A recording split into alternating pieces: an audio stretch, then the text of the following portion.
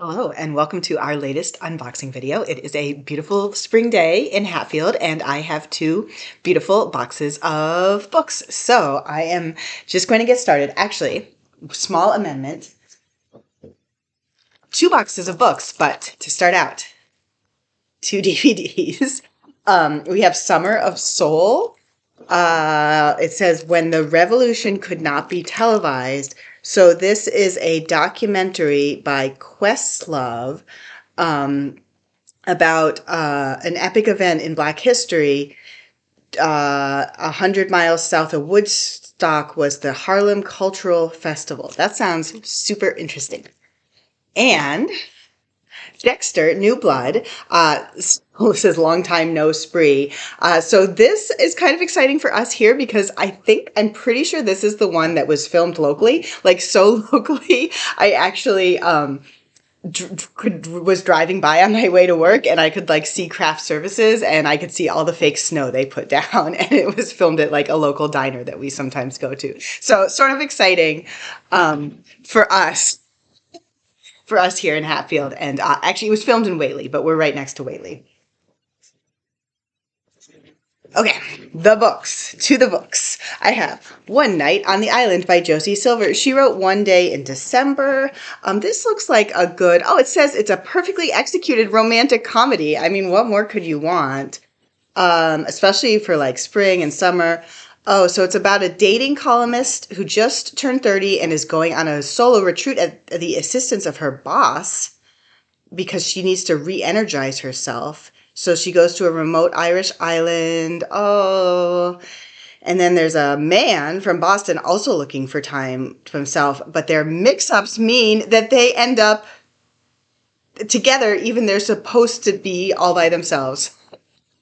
A mix-up with the booking. Sounds like a perfect mix-up, perfect recipe for love. So we have Atlas of the Heart by Brene Brown. I know this has been like on the bestseller list, but I don't really know what it's about. It says mapping meaningful connection and the language of human experience. So, wow. I don't really understand.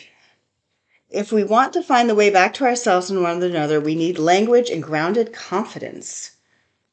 So I guess maybe it's kind of like self-help or like self-improvement or like emotional understanding.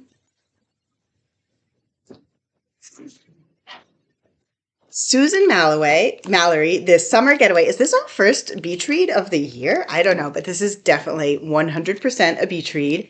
And divorce settlement, mortgage she can't afford, someone needs a plan for the future, but her daughter is getting married and she's the most demanding bride ever. So family drama on the lighter side. A new Danielle Steele, High Stakes. I like the cover with the silhouettes. Here she is on the back. She always has the most elegant photos. An ambitious young woman with big dreams of owning her own company at 28 years old. But her home life is chaotic and challenging because, wow, her husband died and she was left widowed with 3 kids at 28. That's hardcore. Okay. Delilah Green Doesn't Care by Ashley Herring Blank. This is the cutest cover. Oh my God, I love like how different their outfits are, but then they're holding hands so you know something's going on. Okay, so this is about a woman who goes back to her hometown, the classic setup, and because she had a photography career, but oh no, she's never going to go back. She has a photography career, but then her estranged stepsister pressures her into photographing her wedding by offering her lots of money. But then she sees one of the stepsister's stuck-up best friends. So she decides she's maybe going to get revenge by sleeping with this woman, but then I think maybe it turns into love. That's just a guess. I'm not trying to spoil the book. That was just based on the back cover. No Land to Light On, a novel by Yara Zig, and says Sammy and Haiti are a young Syrian couple in love, dreaming of their future in the country that brought them together. So they're in the United States. And then they're waiting the birth of their son. Oh no, oh no, I remember reading about this. So they've both immigrated to the United States from Syria, and then the husband's father dies, and then he goes back to visit, right, but he can't come back in because they deport him. And then she has to give birth to her child. It's so sad. But so realistic to what's happening in the world. MC Beaton, Death of a Green-Eyed Monster. Such a fun title. This is a Hamish Macbeth murder mystery. If you are ever looking for a just like very, very like reliable, cozy series, cozy mystery, these Hamish Macbeth and the Agatha Raisin are both very fun. And it says she's writing here with R.W. Green. So maybe she's getting a little help. Off the Edge, Flat Earthers, Conspiracy Culture, and Why People Will Believe Anything. Oh my gosh, by Kelly Wheel. This sounds really interesting because you do wonder how some people believe all this stuff.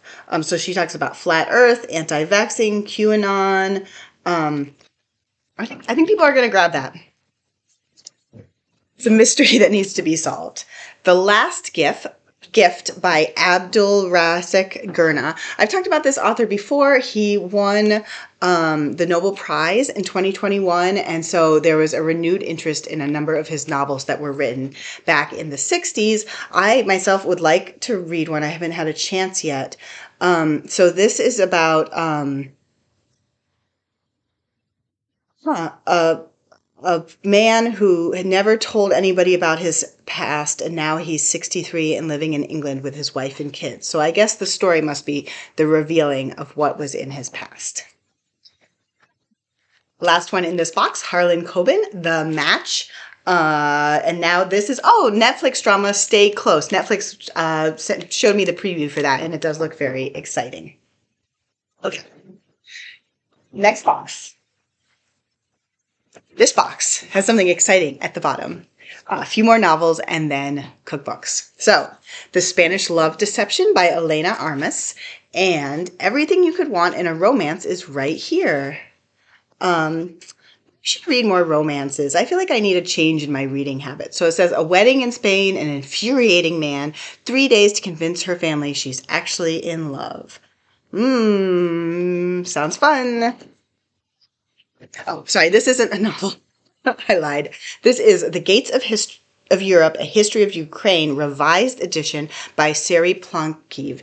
And this was written, I think, originally a few years ago, but because of the war that's going on right now, like a lot of people are more interested in Ukrainian history. And yeah.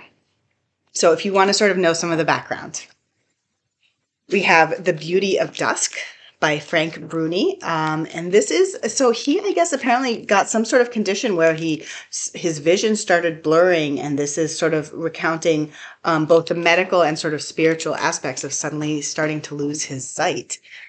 Girl in Ice, Erica Ferencik. I can't pronounce anybody's name today. I'm so sorry. But this is definitely a thriller vibe. That cover, so creepy. Oh my God. Ooh, it gives me chills. So this is about a linguist trained in the most esoteric of disciplines, dead Nordic languages. And her brother is a climate scientist. Oh no, but then he disappears because he goes unprotected into 50-degree below zero weather. And then they find a girl frozen in the ice who thaws out alive and speaks a language no one understands. Oh my gosh, is this like a science fiction element? I mean, it must be, right? There's not another explanation. Very intriguing. Okay, we're going to go straight to another thriller, and then we'll go to cookbook land. So this is Katrine Engbert, The Harbor, a novel. It's kind of funny because the way the picture is, it looks like they crossed out a novel, but I don't think that's true. Also Nordic. 15-year-old Oscar Dreyerhoff disappears on a beautiful day in April. And he runs away, but he leaves a sort of scary note. Or they think he ran away, but he left this scary note. And so the detectives are like, well, maybe he didn't run away, because why would he leave a note like that? Okay.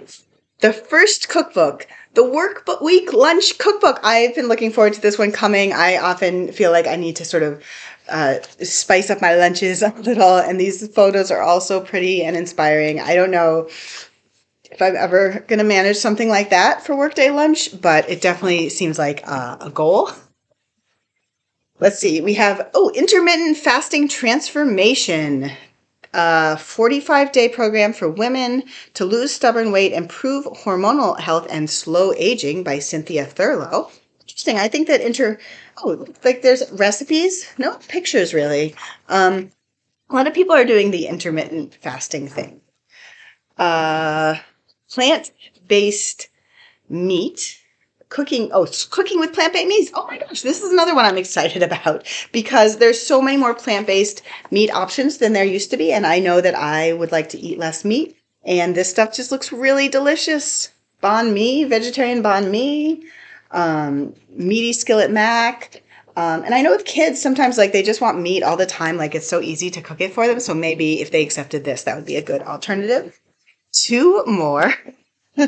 We have, half-baked artist every day, Tegan Gerard, recipes for balanced, flexible, feel-goods meals. This one got in the teen box of books before, and we were joking that it was like for the teenagers, we're all cooking themselves fancy pierogies now. Oh my God, that just looks delicious. And I, again, really like this setup for a cookbook. Ingredients, sort of prep time and stuff here, instructions, a little blurb, and then a big photo. Such a good way to do the recipes. And this stuff all looks delicious. Oh my gosh. Last cookbook. Oh my gosh. This one is so fancy. They wrapped it in plastic and now I can't get it open.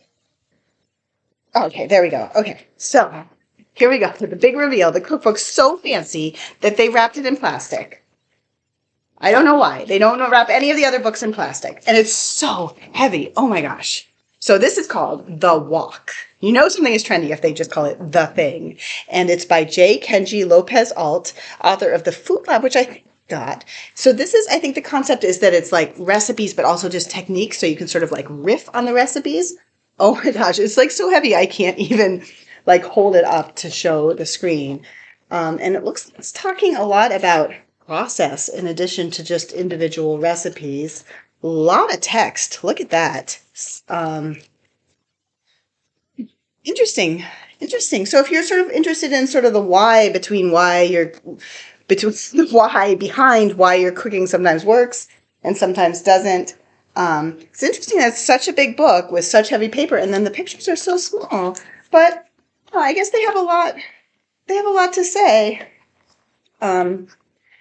Tons of information in this book. This might be one where you would check it out of the library and decide whether you maybe want to own a copy for yourself. I don't even own a Wok, so that's not going to help me. But, maybe I'll take a look. So anyways, that was my whole video, and we'll be back with more.